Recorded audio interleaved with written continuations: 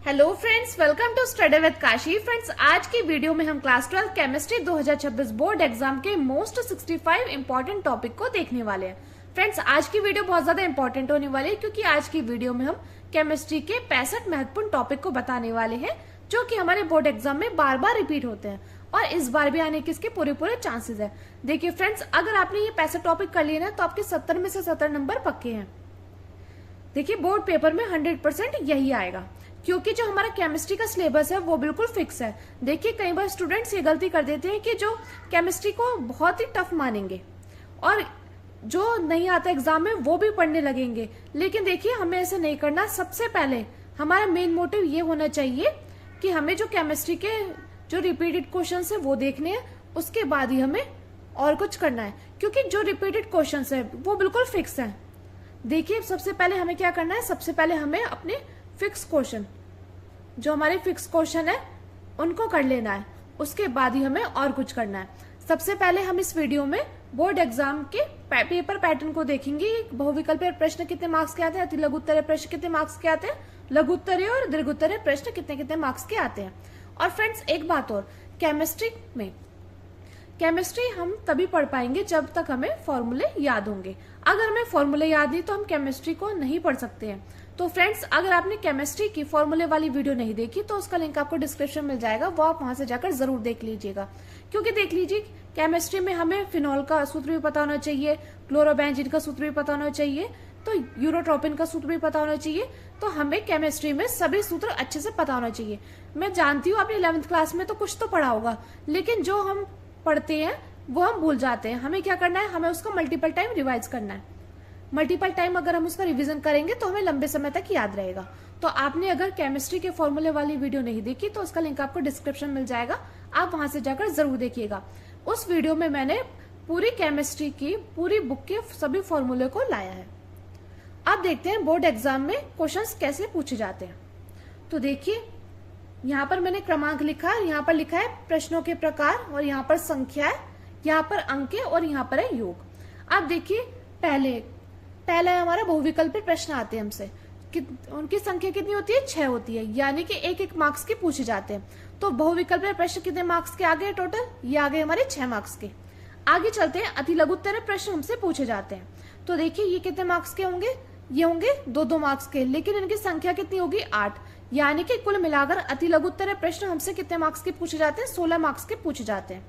आगे चलते हैं, लघु उत्तरीय प्रश्न को देखेंगे। लघु उत्तरीय प्रश्न में देखिए 2 पार्ट में हमसे पूछे जाते हैं। तो देखिए, लघु उत्तरीय प्रश्न फर्स्ट पार्ट। तो देखिए, फर्स्ट पार्ट में क्या होता है, फर्स्ट पार्ट में हमसे 4 क्वेश्चन पूछे जाएंगे जो कि कितने मार्क्स के होंगे, 3-3 मार्क्स के होंगे। कितने मार्क्स के होंगे फ्रेंड्स, 3-3 मार्क्स के होंगे, यानी कि लघु उत्तरीय प्रश्न फर्स्ट पार्ट हमारा 12 मार्क्स का पूछा जाता है।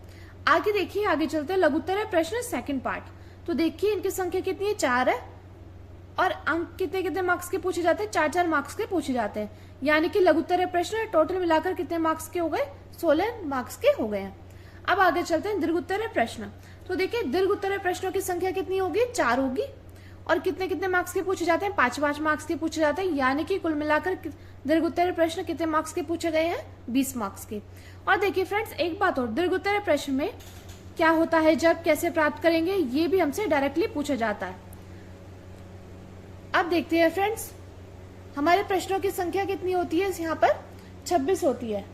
और देखिए, योग, यानी कि केमिस्ट्री का पेपर कितने मार्क्स का आएगा, 70 मार्क्स का आएगा, और 30 मार्क्स कैसे होंगे, 30 मार्क्स होंगे आपके प्रैक्टिकल के, वाइवा के।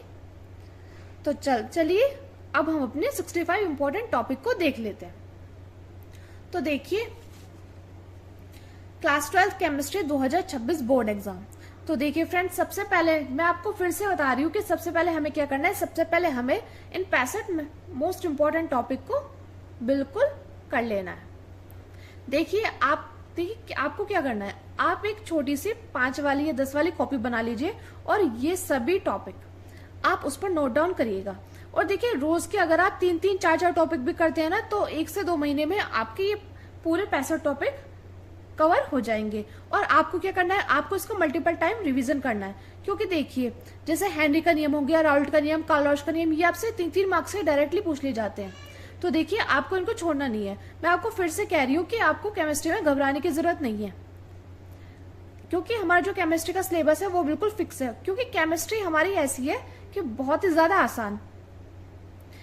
आपको फिजिक्स में डर लगता होगा, मैथ में डर लगता होगा, लेकिन आपको केमिस्ट्री में घबराने की जरूरत नहीं है, क्योंकि केमिस्ट्री वाकई में बहुत आसान है। देखते हैं, देखिए पहला है हेनरी का नियम। और देखिए फ्रेंड्स, ये जितने भी टॉपिक मैंने लिए हैं ये मैंने पूरी हमारी केमिस्ट्री की बुक का पूरा निचोड़ है।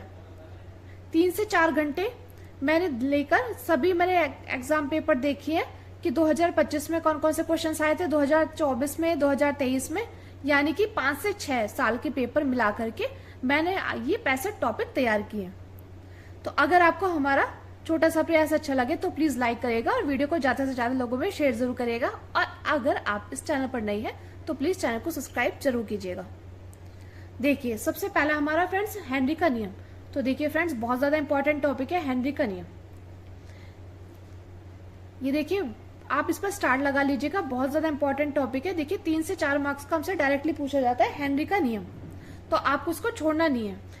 अब देखिए अगला है मोलरता, जिसको इंग्लिश में क्या बोलेंगे, इसको इंग्लिश में बोलते हैं मोलैरिटी। क्या बोलते हैं? मोलैरिटी। मोलरता को इंग्लिश में बोलेंगे मोलैरिटी। देखिए फ्रेंड्स, इसका आपको सूत्र अच्छे से पता होना चाहिए, यानी कि फॉर्मूला अच्छे से पता होना चाहिए। और देखिए मोलैरिटी से न्यूमेरिकल भी हमसे डायरेक्टली पूछे जाते हैं। और देखिए एक बात और, मोलरता से हमसे क्या पूछता है? मोलरता का मात्रक पूछता है, तो आपको इसका मात्रक भी अच्छे से पता होना चाहिए। आगे चलते हैं और देखिए फ्रेंड्स, मोलरता कैसे निकालते हैं, मोलरता कैसे निकालते हैं, मोल प्रभाज कैसे निकालते हैं, उस पर भी मैंने डिटेल वीडियो बनाई हुई है। अगर आपने वो नहीं देखी तो उसका लिंक भी आपको डिस्क्रिप्शन में मिल जाएगा। और अगर आपको वो वीडियो नहीं मिली तो आप कमेंट बॉक्स में जरूर बताइएगा, हम आपको उसका लिंक प्रोवाइड जरूर करेंगे। अब देखते हैं आगे मोलरता, जिसको बोलेंगे मोलैलिटी। फ्रेंड्स, इसके भी सूत्र न्यूमेरिकल और मात्रक फ्रेंड्स एक एक नंबर के क्वेश्चन में हमसे पूछ लेता है। तो देखिए मोलरता और मोललता से इसके न्यूमेरिकल हमसे पूछे जाते हैं।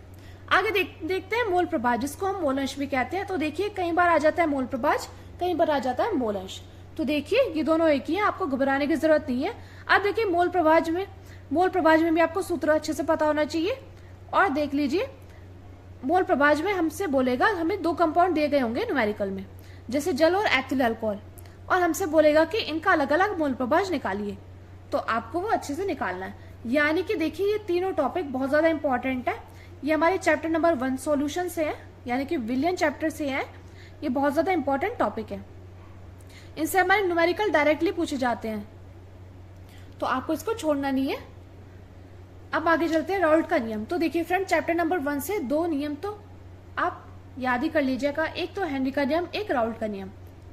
और देखिए फ्रेंड्स, मैंने डिटेल वीडियो बना रखी है, हेनरी का नियम, राउल्ट का नियम, कार्ल रॉस का नियम, सभी नियम मैंने एक ही वीडियो में कराए हुए हैं, और परिभाषा भी सभी मैंने एक ही वीडियो में कराई हुई है। अगर आपने वो नहीं देखी तो आप YouTube पर डालकर देखिएगा, आपको वो मिल जाएगी। और अगर आपको नहीं मिलेगी तो आप कमेंट बॉक्स में जरूर बताइएगा, हम आपको प्रोवाइड करेंगे। तो देखिए राउल्ट का नियम भी हमसे डायरेक्टली 3 से 4 मार्क्स का पूछा जाता है। देखिए चैप्टर नंबर 1 से हेनरी का नियम, राउल्ट का नियम, ये बहुत ज्यादा इंपॉर्टेंट है। आगे मोलरता, मोल प्रभाज, इनसे हमारे न्यूमेरिकल डायरेक्टली पूछ लिए जाते हैं। अब आगे देखते हैं विशेष चालकत्व या चालकता। तो देखिए विशेष चालकत्व या चालकता, ये बहुत ज्यादा इंपॉर्टेंट टॉपिक है। आगे देखते हैं मोलर चालकता किसे कहते हैं।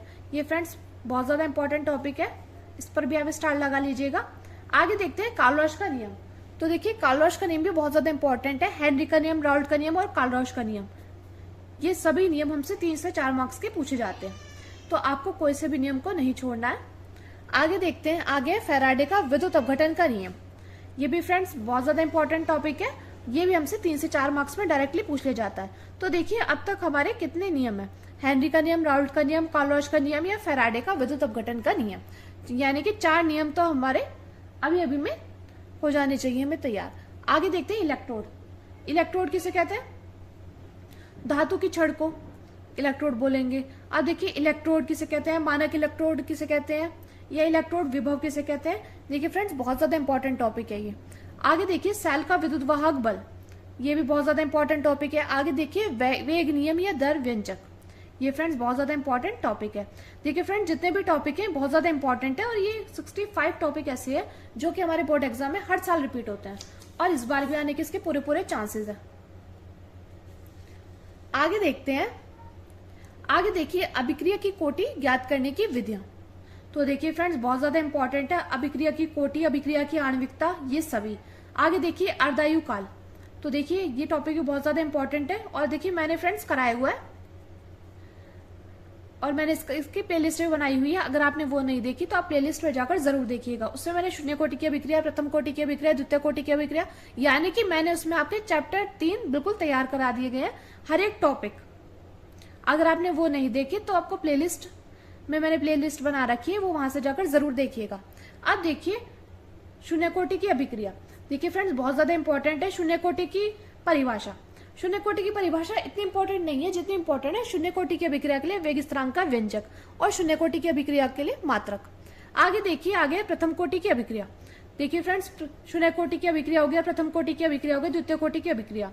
देखिए फ्रेंड्स ये तीनों तो एग्जाम में आपको रखे मिलेंगे, तो इनको आपको छोड़ना नहीं है। Most most most important topics हैं, इनसे हमसे डायरेक्टली पूछ लिया जाता है। शून्य कोटि की अभिक्रिया वेग स्थिरांक का व्यंजक और मात्रक, ये आपको पता होना चाहिए। आगे चलते हैं अभिक्रिया की आणविकता। फ्रेंड्स ये बहुत ज्यादा इंपॉर्टेंट टॉपिक है। आगे देखिए अब आए हुए हैं हम डी तथा एफ ब्लॉक के तत्व।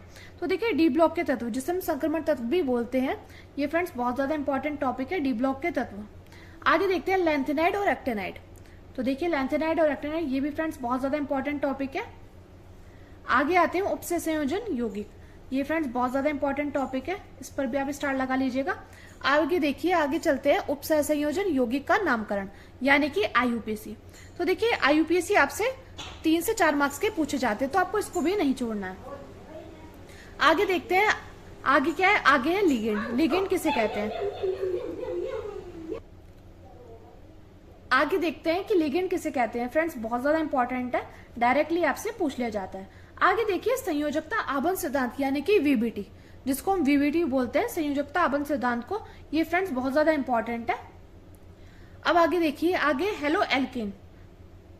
अब देखिए यहां से हमारी केमिस्ट्री पार्ट 2 स्टार्ट हो गई है, यानी कि हमारी दूसरी केमिस्ट्री की बुक स्टार्ट हो गई है, हेलो एल्केन और हेलो एल्केनों का नामकरण।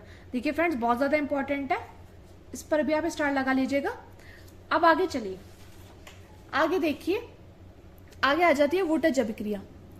तो देखिए फ्रेंड्स सारी अभिक्रिया मैंने एक वीडियो में कराई हुई है आपको और बहुत ही आसान भाषा में समझाई हुई है। देखिए हमारी मोस्टली 15 से 20 अभिक्रिया बहुत ज्यादा इंपॉर्टेंट है, जो कि हमसे डायरेक्टली पूछ ली जाती है। देखिए फ्रेंड्स 5 नंबर के क्वेश्चन में हमसे 3 अभिक्रिया पूछ ली जाती है। तो अभिक्रिया वाकई में बहुत ज्यादा इंपॉर्टेंट है और ये सब मैंने कराई है। वोल्टेज अभिक्रिया होगी, शिमट अभिक्रिया होगी, हाफमैन ब्रोमाइड अभिक्रिया होगी, ये सभी मोस्ट इंपॉर्टेंट अभिक्रियाएं हैं। और अगर आपको अभिक्रिया की वीडियो चाहिए तब भी आप कमेंट करके जरूर बताइएगा। आगे देखते हैं SN1 तथा SN2 अभिक्रिया। फ्रेंड्स ये बहुत ज्यादा इंपॉर्टेंट अभिक्रिया है। आगे देखिए हेलो एरिन, ये भी friends very very important topic है, हेलो एरिन और हेलो एरिनो का नामकरण।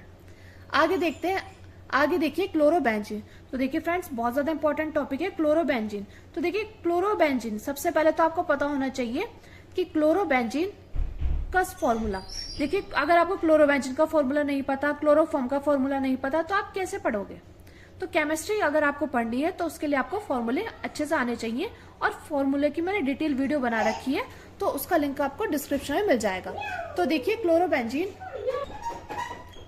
तो देखिए क्लोरोबेंजीन यानी कि बेंजीन रिंग पर Cl, उसको क्या बोलते हैं, उसको बोलते हैं क्लोरोबेंजीन। अब देखिए क्लोरोफॉर्म हो गया, क्लोरोफॉर्म और अल्कोहल। देखिए क्लोरोबेंजीन की प्रयोगशाला विधि आ जाती है, क्लोरोफॉर्म की प्रयोगशाला विधि आ जाती है और अल्कोहल की प्रयोगशाला विधि आ जाती है। तो देखिए इसके बारे में आपको डिटेल पता होना चाहिए। आगे चलते हैं, आगे देखिए अल्कोहलों का नामकरण। तो देखिए फ्रेंड्स ये बहुत ज्यादा इंपॉर्टेंट टॉपिक है, अल्कोहलों का नामकरण और अल्कोहल का वर्गीकरण। देखिए अब देखिए आगे चलते हैं, आगे देखिए प्राथमिक, द्वितीयक व तृतीयक अल्कोहल में विभेद, यानी कि प्राथमिक अल्कोहल, द्वितीय अल्कोहल और तृतीयक अल्कोहल में हमें डिफरेंस करने के लिए भी आ जाता है, हमसे डायरेक्टली पूछ ली जाता है। अब आगे चलते हैं एथिल अल्कोहल या एथेनॉल। तो देखिए फ्रेंड्स ये भी बहुत ज्यादा इंपॉर्टेंट टॉपिक है। ये जितने भी टॉपिक मैं आपको बता रही हूँ आपको इसके बारे में डिटेल पता होना चाहिए एकदम। आगे देखते हैं फिनॉल। तो देखिए फिनॉल क्या होता है, फिनॉल होता है बेंजीन रिंग पर OH। ये क्या होगा, ये होगा हमारा फिनॉल। बेंजीन रिंग पर OH होता है तो वो होता है हमारा फिनॉल। अब देखिए फिनॉल की प्रयोगशाला विधि भी आ जाती है, तो इसके बारे में भी आपको डिटेल में पता होना चाहिए। और देखिए फ्रेंड्स, कई बार हमसे डायरेक्टली पूछा जाता है क्या होता है जब, या कैसे प्राप्त करेंगे। तो देखिए क्या होता है जब, यानी कि जब हम, ये ऐसे आ जाएगा क्वेश्चन कि कैसे फिनोल को कैसे प्राप्त करेंगे, तो आपको इसकी पूरी रिएक्शन अच्छे से पता होना चाहिए। और क्या होता है जब फिनोल किससे अभिक्रिया करेंगे तो क्या होगा, तो इसके बारे में आपको अच्छे से पता होना चाहिए। आगे चलते हैं फिनोल का वर्गीकरण। तो देखिए फ्रेंड्स, बहुत ज्यादा इंपॉर्टेंट है फिनोल का वर्गीकरण। देखिए फिनोल टॉपिक ही बहुत ज्यादा इंपॉर्टेंट है। फिनोल हो गया, क्लोरोबेंजीन हो गया, क्लोरोफॉर्म हो गया। अब आगे चलते हैं। देखिए फिनोल के निर्माण की विधियां, यानी कि फिनोल के निर्माण की प्रयोगशाला विधि, ईथर तथा ईथरों का वर्गीकरण। देखिए ईथर बनाने की विलियमसन संश्लेषण अभिक्रिया है, जो कि विलियमसन संश्लेषण हमसे डायरेक्टली पूछी जाती है, और ईथर बनाने की प्रयोगशाला विधि में भी उसका प्रयोग होता है। अब देखिए ईथरों का नामकरण, ये भी फ्रेंड्स बहुत ज्यादा इंपॉर्टेंट है, और ईथर के निर्माण की विधियां यानी कि प्रयोगशाला विधियां। आगे देखिए डायएथिल ईथर, डायएथिल ईथर बनाने की प्रयोगशाला विधि, ईथर कह दीजिए या डायएथिल ईथर, दोनों एक ही है। आगे चलते हैं एल्डिहाइड। एल्डिहाइड और एल्डिहाइड व कीटोन का नामकरण, ये फ्रेंड्स बहुत ज्यादा इंपॉर्टेंट टॉपिक है, इन पर भी आप स्टार लगा लीजिएगा। देखिए फ्रेंड्स, एक बार और जितने भी टॉपिक मैं आपको बता रही हूँ ये वाकई में बहुत ज्यादा इंपॉर्टेंट है, और ये हमसे डायरेक्टली पूछे गए हैं। देखिए हर बार क्या होता है, हर बार 7 पेपर सेट बनते हैं, जो कि हर जिले के अलग अलग होते हैं। तो हमें क्या है, ये सभी टॉपिक किसी न किसी पेपर सेट में रिपीट होते ही हैं। अब आगे चलते हैं कार्बोक्सिलिक अम्ल। देखिए कार्बोक्सिलिक अम्लों का वर्गीकरण और कार्बोक्सिलिक अम्लों का नामकरण, यानी कि कार्बोक्सिलिक के बारे में आपको डिटेल में पता होना चाहिए। Very very important topic. आगे देखिए, आगे चलते हैं शिमट अभिक्रिया। तो देखिए फ्रेंड, शिमट अभिक्रिया होगी, क्रीमटीमन अभिक्रिया होगी, जैसे राइमटीमन अभिक्रिया बोलते हैं, कैनिजारो अभिक्रिया होगी, कार्बेलामिन अभिक्रिया होगी। ये सभी अभिक्रिया जो है बहुत ज्यादा इंपॉर्टेंट है। तो अगर आपने मेरी पहले की वीडियोज नहीं देखी तो मैं अभिक्रियाओं पर भी एक डिटेल वीडियो बनाऊंगी। अगर आपको जिस भी टॉपिक पर वीडियो चाहिए आप कमेंट कर जरूर बताइएगा। और फिर से अगर आप चैनल पर नए हैं तो प्लीज चैनल को सब्सक्राइब जरूर कीजिएगा। अब देखिए नाइट्रो यौगिक, ये टॉपिक बहुत ज्यादा इंपॉर्टेंट है। और देखिए फार्मिक अम्ल बनाने की प्रयोगशाला विधि, नाइट्रोबेंजीन बनाने की प्रयोगशाला विधि, देखिए बहुत ज्यादा इंपॉर्टेंट है, क्योंकि हमसे डायरेक्टली घुमा फिरा कर क्वेश्चन पूछ लिया जाता है।